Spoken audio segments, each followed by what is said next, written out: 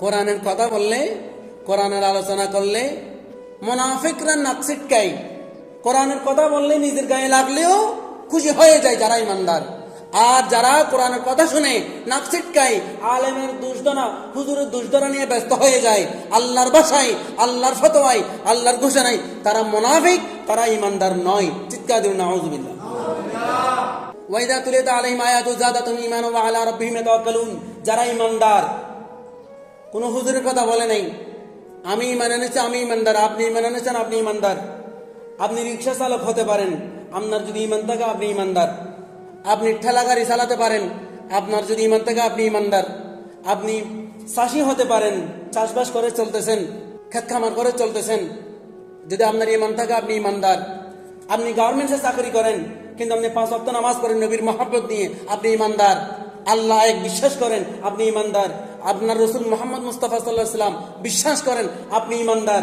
আপনি তাকদীরের ভালো মন্দ বিশ্বাস করেন, আপনি ইমানদার। তাওরাত, জাবুর, ইনজিল, কোরআন সবগুলো বিশ্বাস করেন, আপনি ইমানদার। এগুলোর জন্য হুজুর হতে হবে, আলেম হতে হবে, এমন কোনো শর্ত নাই। সুবহানাল্লাহ।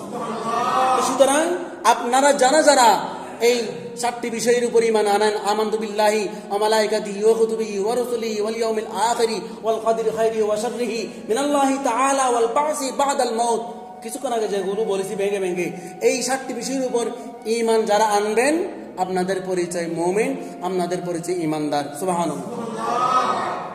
আপনাদের মতো ঈমানদার আল্লাহর ঘোষণাই, আপনাদের মতো যারা ঈমানদার, আপনাদের সামনে যখন কোরআনের কথা বলা হবে, আপনাদের ঈমান তাজা হয়ে যাবে, ঈমানের তেজ বেড়ে যাবে, ঈমানের স্বাদ বেড়ে যাবে, ঈমানের শক্তি বেড়ে যাবে।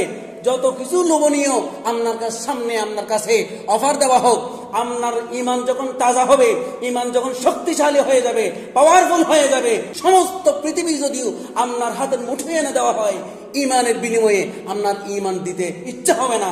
পৃথিবীর লাথি মারি আমার ঈমানকে আমি বুকে রাখি, এরকম একটা মনোভাব চলে আসবে আপনার মনের ভিতরে। সুবহানাল্লাহ।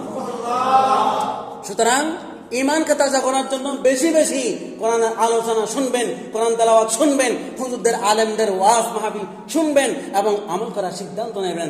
আল্লাহ তাআলা আমাদের সবাইকে সেই সুন্দর মন মানসিকতা, তৌফিক, সামর্থ্য দান করুক। আমিন। সালাতুনিয়া